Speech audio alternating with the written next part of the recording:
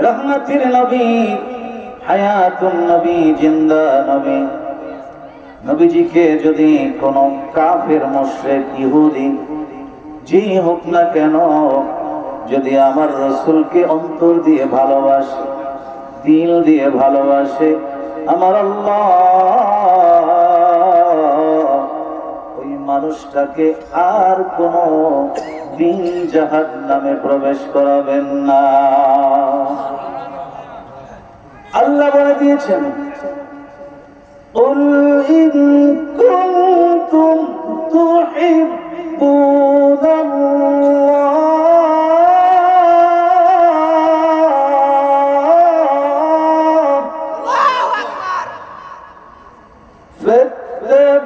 فاتبعوني يحببكم الله। الله أكبر। আল্লাহ হে রাসূল, আপনি বলে দেন, যারা আল্লাহর ভালোবাসা চায়, আল্লাহর দয়া চায়, আল্লাহর মায়া চায়, আল্লাহর করুণা চায়, অনুগ্রহ চায়, নবী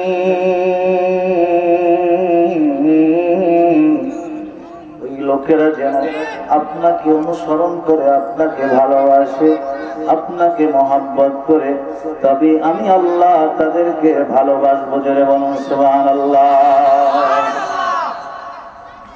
আল্লাহ পাকের এই ঘোষণার সাথে আল্লাহ রাব্বুল আলামিনের রাসূল পাকের জামানায় একজন ইহুদি যুবকের কথা মিলে যায়। আল্লাহর নবী, রহমতের নবীকে মহব্বত করতেন, ভালোবাসতেন একজন ইহুদি যুবক। এই যুবক আবার রাসূল পাকের জুতা মুবারকের খিদমত করতেন। রাসূল পাক যখন মসজিদুন নববীতে নামাজের জন্য আসতেন, হুজুরে পাকের জুতা মুবারক দরজার সামনে রাখার সাথে সাথে এই যুবক ছেলেটি, ইহুদি যুবক, আল্লাহর হাবিবের জুতা মুবারক হাতের মধ্যে তুলে বুকের সাথে লাগায়া দাঁড়ায়া থাকত। একদিন, দুই দিন নয়, 7 বছর পর্যন্ত আমার নবী পাকের জুতা মুবারকের খিদমত করলো এই যুবক। হঠাৎ করে আমার রাসূল পাক দেখলেন একদিন যুবকটা অনুপস্থিত, আসেন নাই। নবীজি হযরত আবু বকরকে জিজ্ঞাসা করলেন, আবু বকর, ওই যুবক ছেলেটি কই?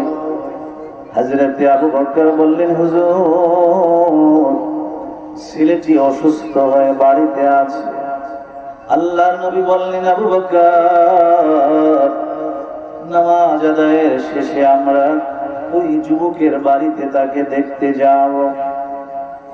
এই সংবাদ যখন ছড়িয়ে পড়ল, আমার নবী, রহমতের নবী, হায়াতুন নবী, জিন্দা নবী ইহুদির বাড়িতে ওই যুবককে দেখতে যাবেন।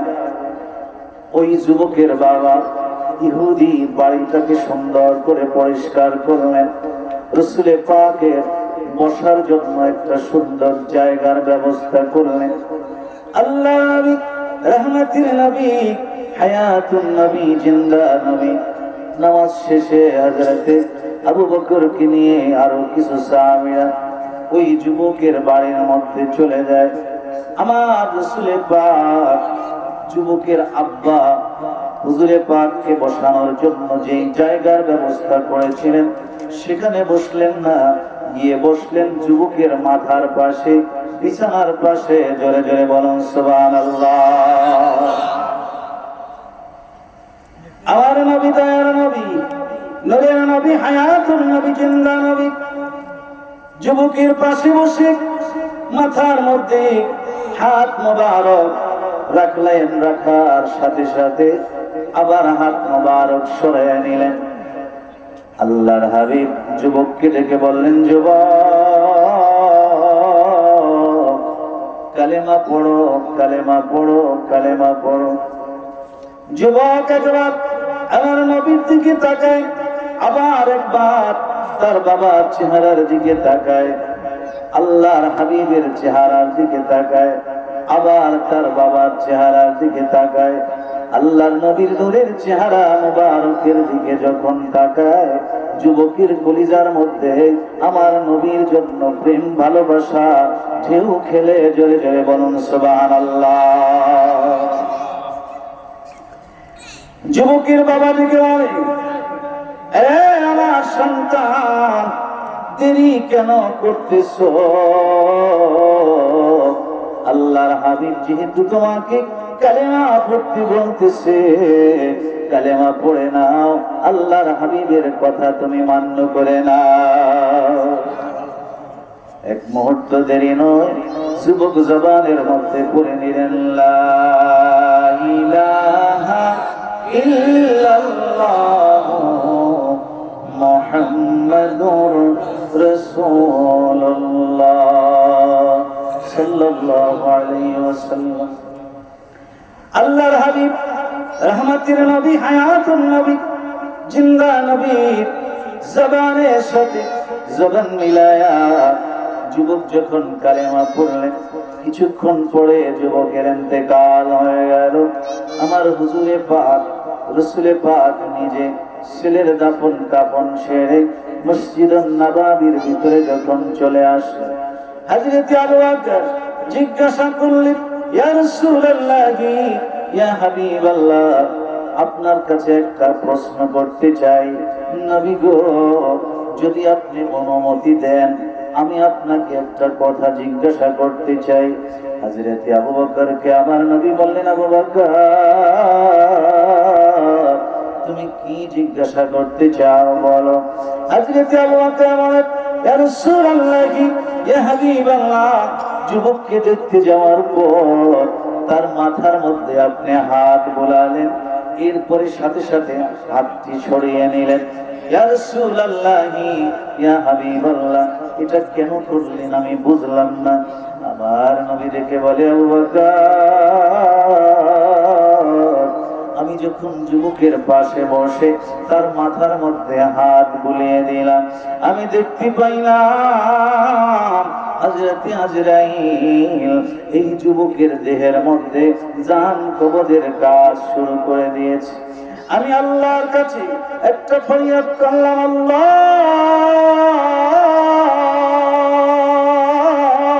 এই যুবক যদি এখন কালেমা না পড়ে মরে যায়, কিয়ামতের ময়দানে আমি রাসূলের পাক যদি তাকে শাফায়াত করতে না পারি, আল্লাহ গো, তোমার এই বান্দা তো আমাকে ভালোবেসেছে, আমার খেদমত করেছে, তবে কি এই বান্দা আমাকে ভালোবেসেও কি জাহান্নামী হবে? আমার আল্লাহ জিবরিল আজরাইল ফেরেশতাকে অর্ডার করলেন, আরে আজরাইল, ছেড়ে দে, ছেড়ে দে, যুবকের দেহ ছেড়ে দে। আমার রাসূল যতক্ষণ না পর্যন্ত এই যুবককে কালেমা না পড়ায়, যুবক মুসলমান না হয়, সাহাবী না হয়, ততক্ষণ পর্যন্ত যুবকের জান কবজ করা আমি আল্লাহ পাক নিষেধ করে দিলাম।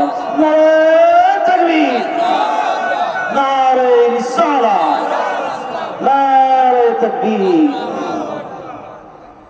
আল্লাহর হাবিব থেকে অনেক, আরে আবু বকর, আল্লাহর সিদ্ধান্ত, ওয়ালাই ইউআখিরুল্লাহু নাফসান ইযা জাআ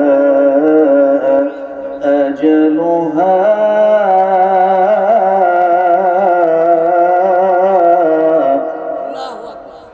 আল্লাহর সিদ্ধান্ত, যখন কোন মানুষের মৃত্যুর সময় উপস্থিত হবে, এক মুহূর্ত ওই মানুষটাকে আর সময় দেওয়া হবে না, এটা হলো আল্লাহর সিদ্ধান্ত।